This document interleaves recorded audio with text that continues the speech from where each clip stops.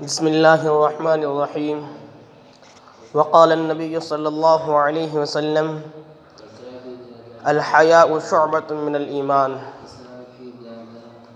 وقال علیہ الصلاۃ والسلام۔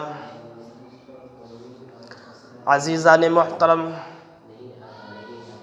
اسلام کے اندر عورت کو ایک مقام سے نوازا گیا ہے، عورت کو ایک مقام دیا گیا ہے۔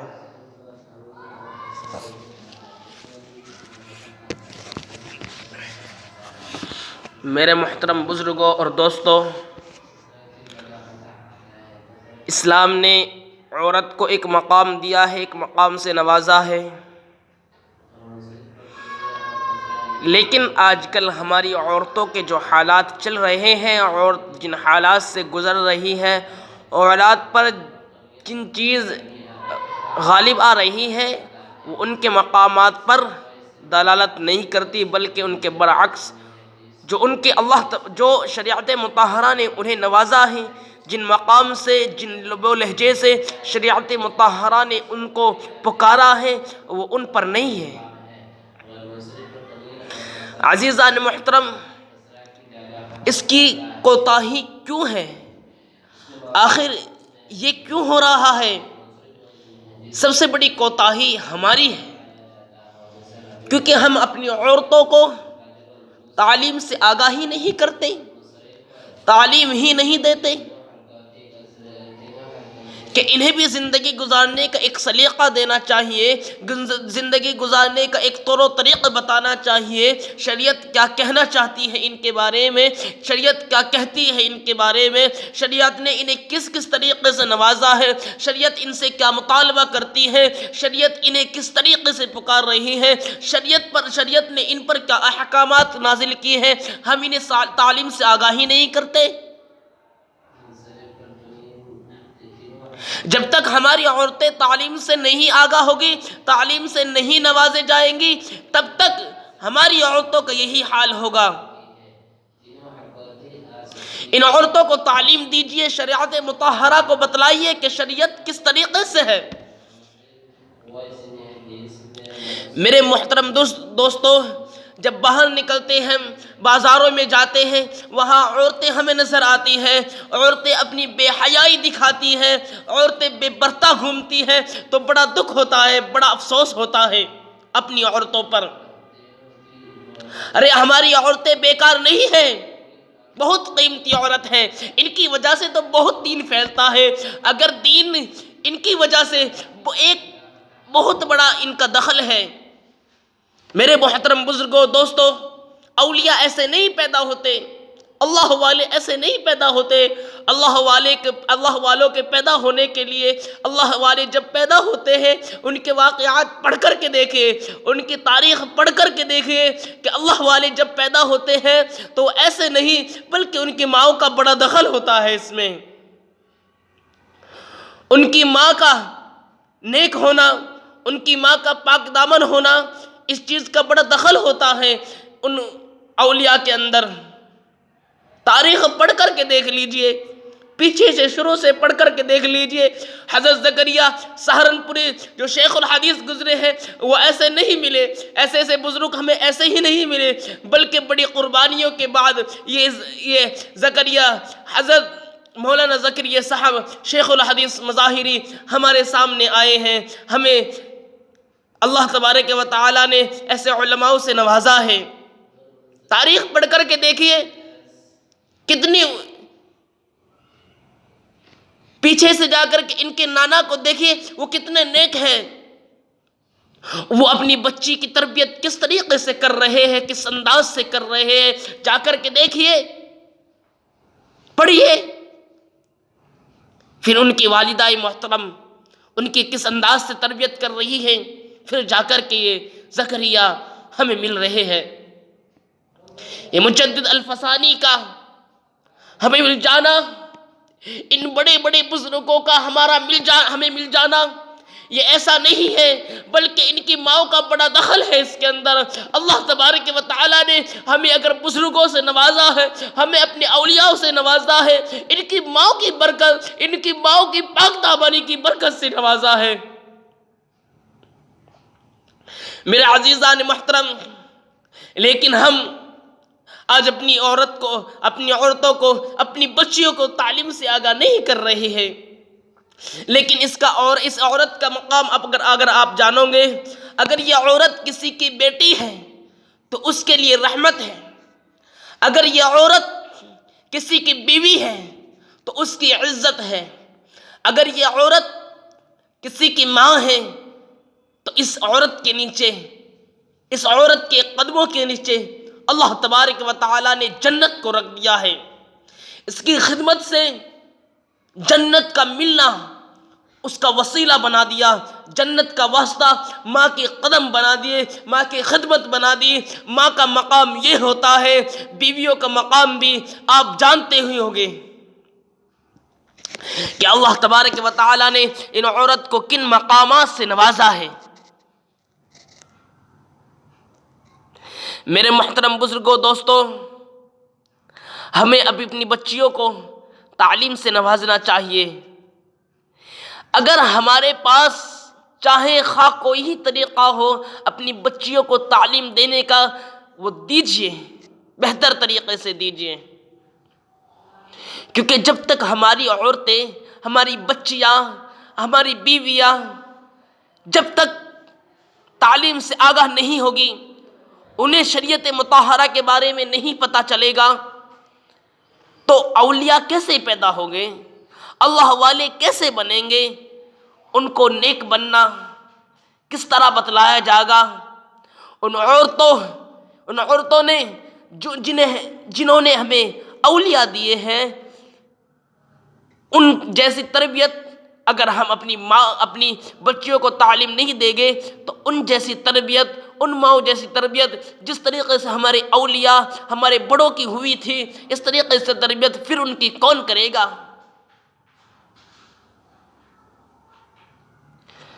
تو میرے عزیزان محترم، اس شریعت مطہرہ نے عورت کو ایک مقام دیا ہے، عورت کو ایک مقام سے نوازا ہے، اور اللہ کے رسول صلی اللہ علیہ وسلم نے فرمایا ہے الحیاء شعبۃ من الایمان، کہ حیا ایک ایمان کا شعبہ ہے، حصہ ہے۔ اگر ہماری عورتوں کے اندر حیا باقی نہیں رہے گے تو گویا کہ ہم دین کے حصے سے، ایمان کے حصے سے ہم دور ہیں، ایمان ہمارے اندر پختہ طریقے سے موجود نہیں ہے۔ الحیاء شعبۃ من الایمان، اس چیز کا احادیث اس چیز کا تقاضا کر رہی ہے۔ اللہ کے رسول صلی اللہ علیہ وسلم نے ہمیں عورت کا مقام بتایا ہے، عورت کی عزت کا حکم دیا ہے، عورت کی خدمت کا حکم دیا ہے۔ جب تک ہم اپنی ماؤں بہنوں کو صحیح تعلیم سے آگاہ نہیں کریں گے تو ہمیں یہی نقصان پہنچتا رہے گا جو آج کل ہمیں پہنچ رہا ہے۔ بازاروں میں جہاں دیکھتے ہیں مجمع عورتوں کا ہوتا ہے، اگر کہیں نکلتے ہیں، مدرسے سے باہر نکلتے ہیں تو عورت چمکتی ہے، آخر یہ مرد کہاں چلے گئے؟ یہ مرد گھر میں نہیں رہے کیا؟ مردوں کے لیے گھر بنایا گیا ہے کیا؟ مردوں کو گھر میں بیٹھنے کے لیے بنایا گیا ہے، باہر نکلنے کے لیے نہیں بنایا گیا، ان عورتوں کی ضرورت کا سامان لا کر کے دینے کے لیے نہیں بنایا ہے۔ بس یہ چاہتے ہیں ہمیں چلنا نہ پڑے، ہمیں باہر نہ نکلنا پڑے، ہمیں دشواریوں کا سامنا نہ کرنا پڑے، بلکہ ہمیں ایک پھولی مل جائے۔ ایسا نہیں ہوگا دوستو، جب تک آپ اپنی محنت سے، اپنی کوشش سے، اپنی لگن سے ان عورتوں کو تعلیم سے نہیں دو گے، ان عورتوں کو گھر میں نہیں بٹھاؤ گے، ان کو حیا کا مادہ نہیں دو گے، تب تک ہماری اس شریعت مطہرہ میں بڑا نقصان پہنچتا رہے گا۔ کہ عورت کو اسلام نے ایک مقام دیا ہے، ہم عورتوں کو نوازے، تعلیم دے۔ میرے عزیزان محترم، ایک سوال ہوتا ہے، کتنے ہی اسٹوڈنٹس نے مجھ سے پوچھا ہے کہ تمہاری شریعت مطہرہ میں، شریعت میں مرد جو ہے وہ کئی شادیاں کر لیتا ہے، 4 شادیوں کی اجازت ہے، لیکن آخر کار عورت کو کیوں نہیں ہے؟ تو ہمارے علماء نے، ہمارے اکابرین نے بڑے ہی اچھے طریقے سے اور بڑے ہی پختہ طریقے سے اور بڑے ہی اچھے لہجے سے ہمیں سمجھایا ہے، ہمیں بتلایا ہے کہ عورت کا مقام ہے. کیونکہ اگر مرد شادی کر لیتا ہے تو عورت کا نفقہ اس مرد کے ذمے ہے، اسے لا کر کے دینا پڑے گا، اور یہ لا کر کے دے سکتا ہے، اس چیز پر قادر ہے. اگر اس کی کوئی کاروبار ایسا ہے کہ یہ 4 بیویوں کا خرچہ اٹھا سکتا ہے تو یہ قادر ہے خرچے پر. البتہ عورت قادر نہیں ہے. ملک جو شوہر عورت کی ملک مضاع کا مالک ہوتا ہے، اور مضاع کا مالک بننا، اگر 4 شوہر ایک رات میں طلب کریں گے تو عورت نہیں جا پہنچے گی. ایک وجہ تو یہ لکھی ہے، ایک وجہ تو یہ بتلائی ہے، اور دوسری وجہ یہ بتلائی ہے کہ عورت کا ایک مقام ہے. اگر عورت کو 5 آدمیوں سے شادی کرنے کی اجازت مل جائے گی تو یہ عورت نہیں بلکہ ایک کتے کی مانند ہو جائے گی، کتیا کی مانند ہو جائے گی. کہ جس طریقے سے ایک کتیا کے پیچھے 4-5 کتے پھرتے ہیں، کوئی کتا اسے جہاں چاہے پکڑ لیتا ہے، اسی کے مانند ہماری عورتوں کا حال ہوگا کہ بالکل یہ عورت نہیں رہے گی، بلکہ اسے ادھر سے ٹورچر کیا جائے گا، اس سے اپنے حقوق کا مطالبہ کیا جائے گا، اس سے راتوں کا دشوار ہونا ایک ہمارے سامنے ایک مسئلہ آ جائے گا. اس لیے ہمارے علماء نے کہا ہے اس وجہ سے عورت کو 4 شادی کرنے کی اجازت نہیں ہے. ایک وجہ یہ لکھی ہے کہ عورت اگر 4-5 شوہر بناتی ہے تو البتہ وہ بنا لے، لیکن وہ یہ کس طرح متعین ہوگا کہ آخر کر یہ کس کا بچہ ہے، یہ بچہ کس کا ہے، یہ کس طریقے سے معلوم ہوگا ہمیں، یہ کس طریقے سے پتہ چلے گا ہمیں؟ نہیں پتہ چل پائے گا، شبہ ہو جائے گا، ہمیں لڑ پڑیں گے ہم. تو اسی نزاع سے، اسی مفضی الی النزاع سے، یعنی جھگڑے کی طرف لے جانے والی چیز سے ہماری شریعت نے منع کر دیا ہے. اگر شریعت مطہرہ نے کسی چیز کی نکیر کی ہے تو ہمارا نقصان اس میں بہت بڑا نقصان ہے. ایسے ہی شریعت نے ہمیں کسی چیز سے منع اور انکار نہیں کیا، بلکہ یہ شریعت ہمیں بہت اچھی تعلیم دیتی ہے، بہت اچھی پختہ طریقے سے ہمیں زندگی گزارنے کا، زندگی سنوارنے کا ایک طور و طریقہ دیتی ہے. تو لہٰذا میں آپ لوگوں سے درخواست کرتا ہوں اس اسلام کو مذاق نہ بنائیں، اس اسلام کو مذاق نہ بننے دیں. غیروں کے منہ پر، غیروں کی زبان پر یہ نہ آنا چاہیے کہ مسلمان ایسے ہیں، ان کی شریعتوں نے انہیں ایسا ہی حکم دیا ہے، بلکہ اپنے اخلاق کا پیمانہ، اپنے اخلاق کا ایک پیمانہ ان کے سامنے رکھیں، ان کو بتلائیں کہ اسلام نے ہمیں یہ احکامات سے نوازا ہے، اسلام نے ہمیں اس طور و طریقے سے نوازا ہے، اسلام نے ہمیں ایسا کرنے کو کہا ہے، ایسا تو یہ لوگ کرتے ہیں اسلام کے برخلاف ہے، اسلام اس کی قطعاً اجازت نہیں دیتی. اور بات رہی عورتوں کی، انہیں بے پردہ گھومنے کی قطعاً اجازت نہ دیں. اگر عورت کا باپ ہے تو اسے گھر سے باہر نہ نکلنے دیں.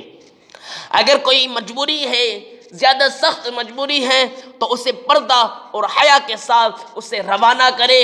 بلکہ صحیح یہ ہے کہ اس کے ساتھ خود جائے بازار تک، دکان تک، تاکہ اسے پتہ چلے، تاکہ لوگ اسے دیکھ کر اس سے اثر لیں. دوسری عورتیں بھی، ہماری دین کا، ہماری شریعت کا یہی ہونا چاہیے، لیکن آج کل ایسا نہیں ہے. زندگی کو ایک گزارنے کا طریقہ بنائیے.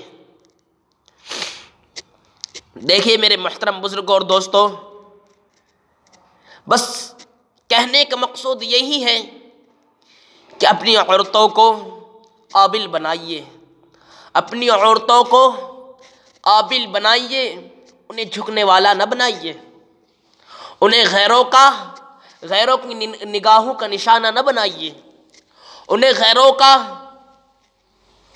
ہوس کا شکار نہ بنائیے، انہیں دوسروں کی ہوس کا شکار نہ بنائیے۔ اور آپ کو ایک چیز اور بتلا دوں، اگر کوئی عورت بے حیائی گھوم رہی ہے، بے حیا جا رہی ہے، اس کا ایک بڑا نقصان تو یہ ہے، اس کو گناہ ملتا ہے اس بے حیائی کا، اس بے پردگی کا۔ اور جو مرد اس سے بری نگاہ اٹھا کر کے دیکھتا ہے، اس گناہ میں وہ مرد بھی شامل ہوتا ہے، لیکن اس مرد سے زیادہ گناہ گار یہ عورت ہوتی ہے۔ اس عورت کو باہر نکالنے والا اس کا ولی ہوتا ہے، کیونکہ جب تک ہم اپنی عورتوں کو تعلیم نہیں دیں گے تو عورتوں سے یہ مرد، یہ جاہل ہوس کا شکار، ہوس کا کام لیتے رہیں گے، کیونکہ عورت اسی مادے پر بنائی گئی ہے، عورت کا اسی مادے پر پیدا کیا گیا ہے۔ لیکن شریعت نے ہر چیز کا ایک طور و طریقہ دیا ہے۔ ایسا نہیں ہے کہ اللہ نے اس عورت کو بنایا ہو تو اس چیز سے منع کیا ہو، نہیں، بلکہ اللہ نے اس کا ایک طریقہ دیا ہے ہمیں، تو اس طریقے سے ہمیں کام لے کر کے چلنا ہے۔ انشاءاللہ دعا ہے اللہ تبارک و تعالیٰ سے کہ ہمیں سمجھ دے اور ہماری عورتوں کو بھی سمجھ دے، اور ہماری عورتوں کو اپنا مقام سمجھنے والی بنائے اور اللہ والی بنائے۔ واقعہ تو بہت ہے، تفصیل سے اگر واقعہ سنانے لگوں تو رات بیت جائے گی۔ ایسی عورتیں ہماری شریعت میں، ایسی عورتیں، ایسی اللہ والیاں گزری ہے کہ وہ دین کا بڑا کام، دین کا بڑا مسئلہ حل کر گئی۔ ہاں، کچھ ایک احادیث کی کتاب ہے، امام طحاوی، جو طحاوی کتاب ہے حدیث کی، وہ ایک عورت کی املا کی ہوئی ہے۔ مولوی بننے کے لیے ایک عورت کی تعلیم، ایک عورت کی جو نقل کی املا کی ہوئی احادیث کی کتاب ہے، اسے جا کر کے پڑھنا پڑتا ہے۔ اگر ہم اسے نہ پڑھیں تو ہمیں مولویت کی سند یعنی مولوی نہیں بنا جائے گا۔ تو عورت نے ایسے کام دے کر کے ایسے دین کے بڑے کام کر کے گئی ہے ہماری عورتیں، تو ہم اپنی عورتوں کو کس طریقے سے سمجھائیں، اپنی عورتوں کو بیٹھ کر کے اچھے طریقے سے انہیں بتلائیں، انہیں سمجھائیں، انہیں تعلیم سے آگاہ کریں، انہیں مارے اور پیٹنے نہیں، ان سے ضرب نہ کریں، ان سے مار پٹائی نہ کریں، بلکہ انہیں اچھی طریقے سے سمجھائے، انہیں بہتر طریقہ سمجھائے کہ یہ طریقہ نقصان دہ ہے، یہ طریقہ فائدہ دہ ہے، ہر طریقے کو انہیں سمجھائے۔ اپنی عورتوں سے جہاں جا رہے ہیں یہی شکایت مل رہی ہے کہ وہاں اس عورت کے بے حال بری طریقے سے مارا ہے اور وہ اپنے گھر بیٹھی ہوئی ہے۔ ایسا نہ ہو، ایسا نہ کرے، ہم اپنی عورت کو سمجھائے، اپنے ماحول کو، اپنے معاشرے کو سمجھائے، مسجد کے امام صاحب اپنے محلے والوں کو سمجھائے، علماء دین، علماء مفسر اپنے عوام کو سمجھائے، سب اللہ کے لیے کام کرے۔ اللہ مجھے بھی اور آپ کو بھی صحیح دین کی سمجھ عطا فرمائے اور صحیح طریقے سے کام لے کر کے چلنے والا بنائے۔ اللہ تبارک و تعالی ہمارے اندر بھی حیا کا مادہ، ہماری عورتوں کے اندر بھی حیا اور پاک دامنی کا مادہ عطا فرمائے، اور ہم سے اللہ تبارک و تعالی اپنے بڑے دین کا کام لے۔ اللہ تبارک و تعالی ہمیں مزید طریقیات سے نوازے، آمین ثم آمین۔